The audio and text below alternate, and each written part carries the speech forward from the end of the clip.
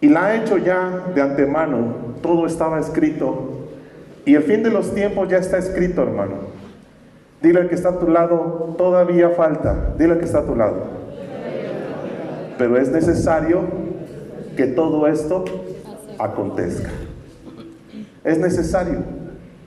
Aunque dice la Escritura, hermanos, que la gente, en vez de arrepentirse, al mirar estas calamidades, no lo va a hacer, sino que todavía su rebelión va a ser mayor. Está escrito, hermano, que lejos de arrepentirse, más van a estar en contra de Dios. Como este hombre llamado Saulo, del cual en la mañana ustedes escucharon a mi hermano Claudio hablar de Saulo. Y yo quiero de alguna forma completar lo que dijo mi hermano en la mañana por el nombre. Fíjate que el nombre es bien importante. Cuando a ti te llaman, por ejemplo, mi nombre, Miguel Ángel, es guerrero de Dios. Es alguien que Dios envía. Eso es lo que quiere decir mi nombre. ¿Tú sabes qué significa tu nombre? ¿Alguien de aquí es Luzbel? ¿Alguien de aquí se llama Luzbel? Pregúntale al que está a tu lado, ¿tú cómo te llamas, hermano? Es importante el nombre. Cada vez que a ti te llaman, tú tienes que saber tu significado. Y si no, cambiártelo, hermano, como en el ambiente artístico. Ahora ya no me llamo Felipe, ahora soy Moshe. Apaga la luz para que vea un poquito mejor ahí. Se vea un poquito mejor. Más romántico para todos. Miren, hermanos, este hombre llamado Saulo, Saulo quiere decir llamado de Dios. ¿Cómo? Llamado de Dios. El que llamó Dios, hermano. Ya este nombre, cuando le pusieron a Saulo de pequeño, ya Dios había puesto su mirada en él. Así como Dios ha puesto su mirada en ti. Desde antes que tú te drogaras, desde antes que tú siquiera hubieras sabido que en estos tiempos ibas a estar aquí, Dios te llama por tu nombre. Un llamado de Dios. Pero Pablo quiere decir pequeño. ¿Por qué? Todo tiene que ver, hermano. Porque Saulo estaba muy elevado. Saulo era una persona preparada, era un hombre celoso. Era un hombre que cumplía lo más que podía la Torá. ¿Qué es la Torá? Los primeros 5 libros de la Biblia. ¿Y qué es el Tanaj? El Tanaj es todo lo que es el Antiguo Testamento. Entonces, este hombre llamado Saulo era un hombre celoso, hermano. Celoso. Él cuidaba de no contaminarse con la comida. Él no comía carne de puerco, no comía carnitas, mucho menos coca. Pero a algunos como les encanta, ¿verdad? La coca y no la pueden dejar. Ya dejaron la otra coca, pero ahora ya es negra. El chiste es que sea coca. Pero aparte él guardaba todas las tradiciones, hermano, que cada vez por año se celebraban 7 fiestas en el pueblo de Israel. La del Pentecostés, la de los tabernáculos, la de las trompetas. Y cada fiesta significaba un día muy especial, porque en ese día Dios hizo una obra grande en medio de su pueblo. Por ejemplo, ahorita acaba de pasar la Pascua, hermano. Y están corriendo. La Pascua aquí quiere decir cuando Dios hace que el ángel de la muerte pase de largo. Y de alguna forma nosotros ahorita estamos viviendo la Pascua, porque nadie de aquí está enfermo, ¿verdad que no? Dios está haciendo que pase el ángel de la muerte sin afectarnos a cada uno. Y tú tienes que mirar esto, porque esto es un milagro, hermano. Mira, si tú últimamente has estado batallando con tu fe, mira, hermano, que estás sano. Mientras que mucha gente, miles de personas están muriendo en todo el mundo por el coronavirus, pero tú estás sano. Amén. Para que entonces tú empieces a creer, hermano, que Dios te llama por tu nombre y se acuerda de ti desde que naciste. Y entonces el Señor le cambió a Pablo, ¿sabes por qué? Porque de ser un hombre celoso y orgulloso, lo hace pequeño y lo hace un siervo. Que a partir de este momento que Dios lo toca, Él comienza a decir: ¿qué quieres que haga, Señor? ¿Qué quieres que yo haga? Ahorita ve hacia donde ibas, y lo dejó ciego 3 días. Saulo se estaba convirtiendo. Él era muy tradicionalista en la religión judía. Un día se le aparece el Señor cuando él iba a arrestar. Él era matacristianos.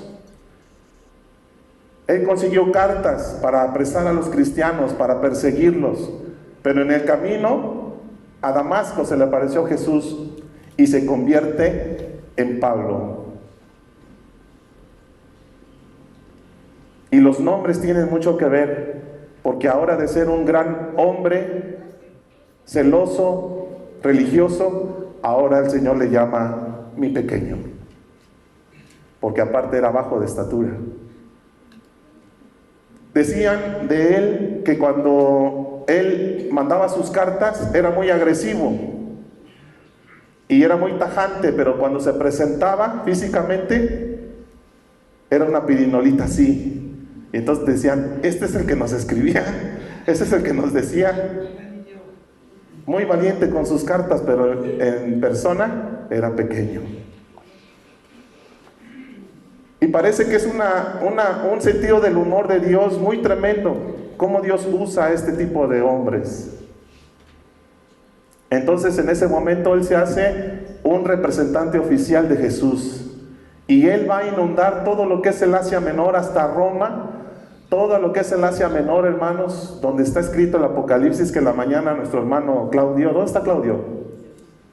¿Ya se fue? Te digo, hermano. Entonces, ahí están. Y entonces Pablo escribía, y Pablo predicaba en toda esa región. Pero hay un tema bien importante que en esta tarde vamos a tratar, que es, primero, cómo Dios revela la justicia, su justicia. Viene el Evangelio, hermanos, y el Evangelio es poder de Dios. Di conmigo: el Evangelio son buenas noticias, pero es el poder de Dios para todo aquel que en Él cree. ¿Cuántos creen en el Evangelio ahora?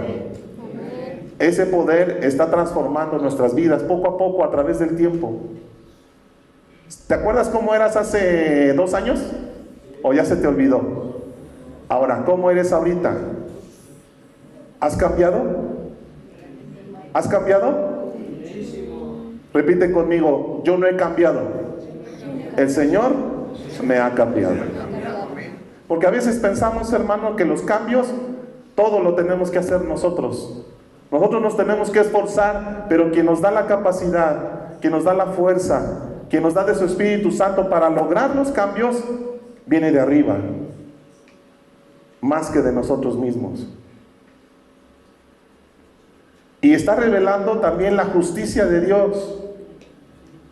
Jesús resucitó, todo esto ya lo sabemos. Él es Rey de las naciones, y Él siempre hace lo que es justo y recto, hermanos.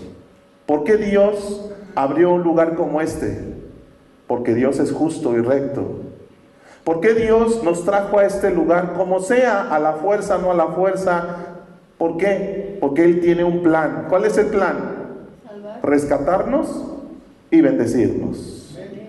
Otra vez, rescatarnos. ¿De dónde? De lo que andábamos haciendo antes. De toda esa vida de la cual ahora muchos de nosotros nos avergonzamos, ¿cierto? Todos pornográficos, todos fornicarios, todos adúlteros, y no me digan que no, porque el que diga que no, lo echamos a la alberca. Y Dios está haciendo la obra, está obrando su justicia en nosotros. Él siempre hace entonces lo que es recto y justo, y Él es fiel a sus promesas, ¿sabes? Cuando Dios te miró, tú ni siquiera te dabas cuenta que Dios te estaba mirando, y Él ya te estaba haciendo una promesa: tú vas a ser bendecido. Dime, hermano, ¿el día de hoy has sido bendecido? Levanta tu mano derecha y dile: gracias, Jesús, porque me has bendecido. Y todavía lo que falta, hermano, ¿a poco ya se conformaron con esto? Todavía vienen más bendiciones. Es más, te voy a hacer una pregunta. ¿Cómo tú te ves en 5 años? ¿Cómo tú te miras en 5 años? ¿Cómo te ves, hermano? Muchos no tienen idea. Muchos dicen, en 5 años tengo que seguir estudiando, jóvenes. En 5 años tengo que ya establecerme bien, haciendo la obra de Dios, sirviéndole a Jesús con todo mi corazón. Todas las naciones están atrapadas ahorita en el pecado, en la idolatría. Todas las naciones, hermano. Esta nación está atrapada en pecado, en idolatría. Todo este país está atrapado. Todos somos culpables porque hemos hecho lo malo ante los ojos del Señor. Dios estableció en su palabra mandamientos y todos los hemos violado. Todos los hemos desobedecido. Por lo tanto, somos culpables. Pero también hay personas que ya creyeron en el Evangelio desde hace años.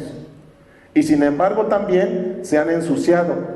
Siguen teniendo ídolos, pero ahora ya no son imágenes, ya no son crucifijos. Ahora son otro tipo de ídolos. El celular es uno de ellos. Ahora para los cristianos, el celular es un ídolo. ¡Auch! ¿Sí es cierto o no es cierto? Sí. ¿Es cierto? Pero no solamente eso, hermano. Por ejemplo, hemos hecho de la comida un ídolo.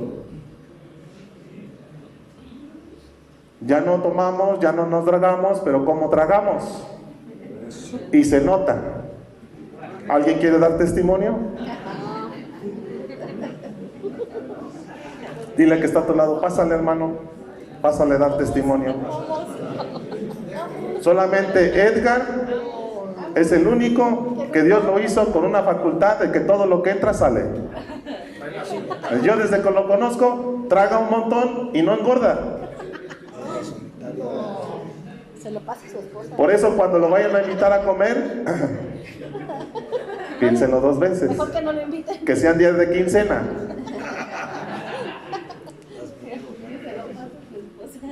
Entonces, estamos en una condición, todos los seres humanos, tanto creyentes como no creyentes, estamos en una condición muy deplorable, muy mala.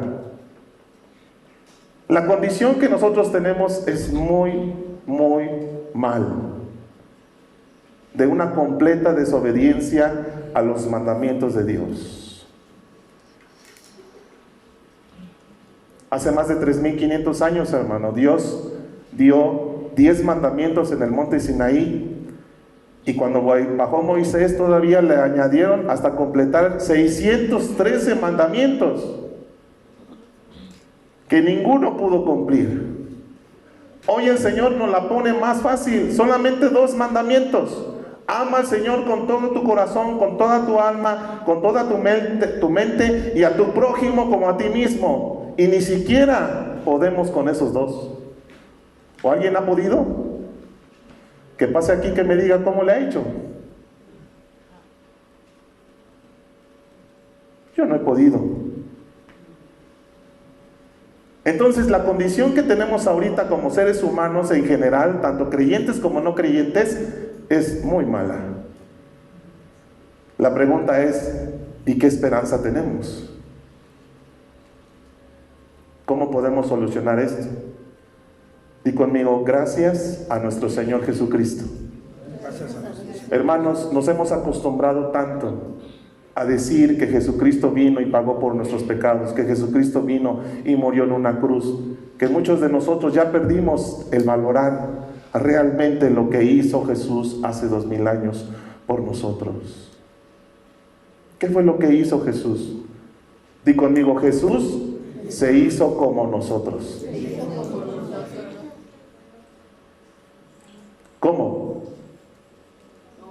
Se encarnó, vivió una vida de obediencia al Padre, pero un día lo maltrataron, lo golpearon, lo crucificaron. Todo lo que nosotros merecemos y merecíamos, Él lo cargó en la cruz, para que ahora nosotros podamos hacernos como Él. ¿Cómo era Jesús? Yo te pregunto, descríbeme a Jesús. ¿Qué me dices? ¿Cómo es tu Jesús? Amoroso, bondadoso. ¿Cómo es tu Jesús? El que crees ahora. Y entonces lo que está diciendo Dios es que Jesús se hizo como nosotros para que nosotros hoy podamos ser como Él. Una tarea titánica. Pero te voy a decir una cosa, el que hace la obra es Dios mismo en nosotros. A través de su Espíritu Santo, cuando dice que aquellos 70 estuvieron orando en el lugar, en el aposento alto, dice que vino un poder de lo alto, un viento recio, y las vidas de aquellas personas desde ese momento jamás volvieron a ser las mismas. Dejaron todo, dejaron trabajos, vendieron propiedades, las entregaron, se entregaron de lleno, hermano. ¿Sabes por qué? Porque había un poder que estaba en ellos. Que la palabra poder en el idioma griego quiere decir dinamita. ¿Qué fue lo que pasó en estos hombres y mujeres? Una explosión de adentro hacia afuera. Y entonces para ellos no les era difícil obedecer, para ellos no les era difícil entregar su vida. Incluso cuando ellos eran asesinados, cantaban alabanzas. Cuando ellos eran maltratados, dice la Escritura que ellos se gozaban por ser tomados por dignos de ser perseguidos por causa de Jesús. Pero a nosotros nos pasa cualquier cosa y estamos de chillones. Ay, pastor, es que ya no tengo qué comer. ¿Y ahora qué voy a hacer? Debo aquí, debo allá. ¿Dónde está ese poder? ¿Dónde está? ¿Qué tenemos que hacer para lograr que ese poder venga a nuestras vidas?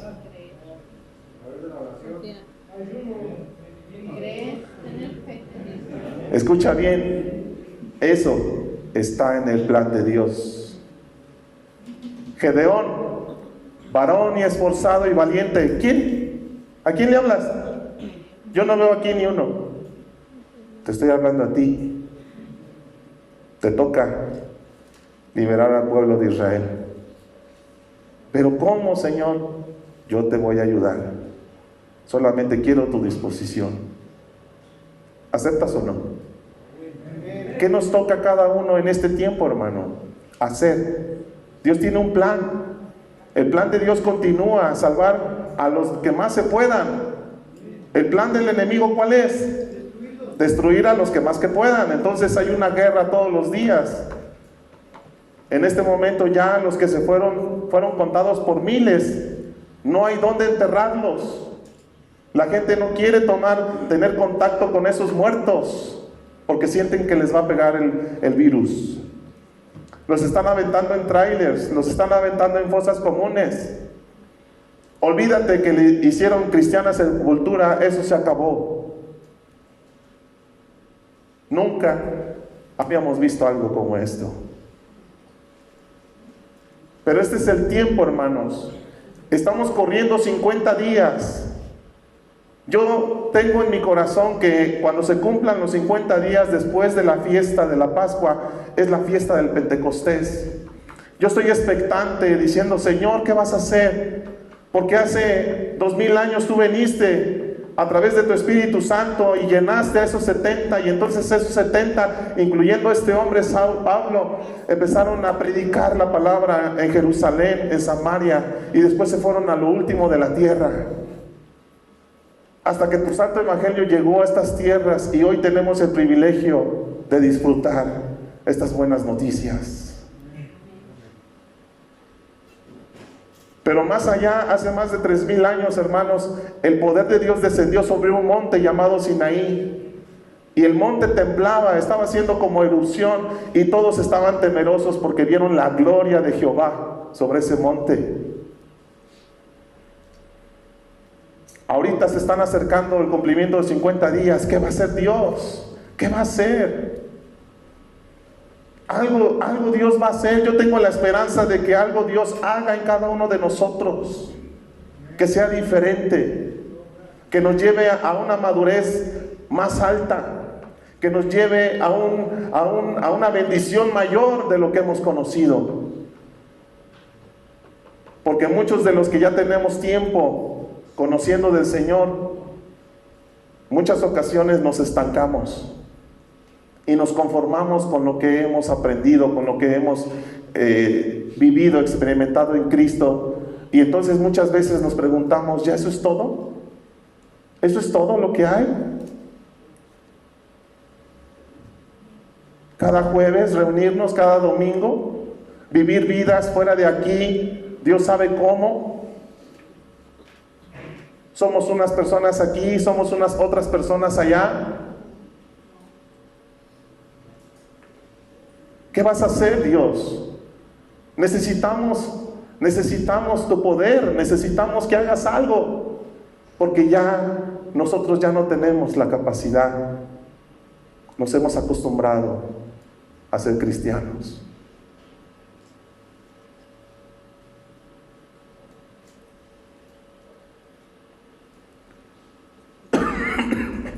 Una de las bendiciones que Dios nos dio, en primer lugar, que a través de la fe el Señor comenzó a declararnos justos.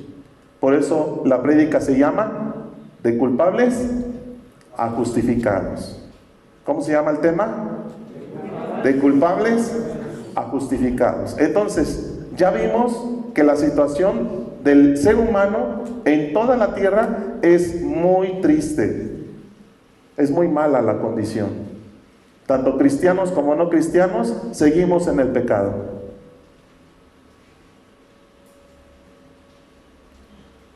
Pero entonces Dios sigue con el plan, y el plan de Dios es que nosotros alcancemos un nuevo estatus.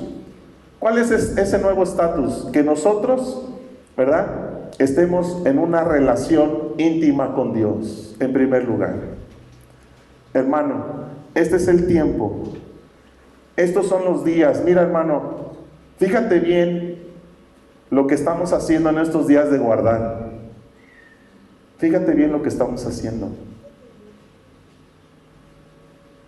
Porque los cristianos, lejos de establecer una comunión mayor con Dios, se la pasan viendo Netflix, se la pasan viendo las redes sociales. Los cristianos, en vez de estar haciendo algo, trabajar en algo de mí mismo, de analizar, estar en una reflexión constante, haciendo oración, nos la pasamos peleando dentro de casa. Entonces Dios quiere cambiar eso. Dios quiere que en esta etapa alcancemos un nuevo estatus, una relación mayor con nuestro Dios Jesucristo, con su Espíritu Santo. Número 2, el Señor ya nos ha incluido en su familia. Acuérdense, hermanos, cuando bajó Noé del arca, ¿cuántos hijos tenía? ¿Cuántos hijos tenía? Sus nombres. Ok, dijo el Señor que de esos 3 iba a poblar toda la tierra. ¿Quiénes son los descendientes de Cam? ¿Quiénes son los cananeos? Representan una generación violenta, representan una generación depravada sexualmente. De ahí ha venido el homosexualismo, el lesbianismo, de ahí ha venido el SIDA, de esa generación de Cam, porque un día Noé se emborrachó bajando del arca, y uno de sus hijos, llamado Cam, entró a su tienda y le faltó al respeto. Aunque nuestras Biblias no dice claramente que lo violó, hermano, porque en otras partes dice de otras personas que fueron violadas, y dice con todas sus letras, y la violó. Pero aunque no dice que Cam violó a Noé, algo le hizo que Noé fue provocado a ira y le dijo: maldito seas tú y todos tus descendientes. Y hasta la fecha esa maldición alcanza a esta generación, que son los africanos el día de hoy, los chinos. Pero tuvo otro hijo llamado Sem. Y de Sem, ¿quiénes son los descendientes de Sem? El pueblo de Israel, no nosotros.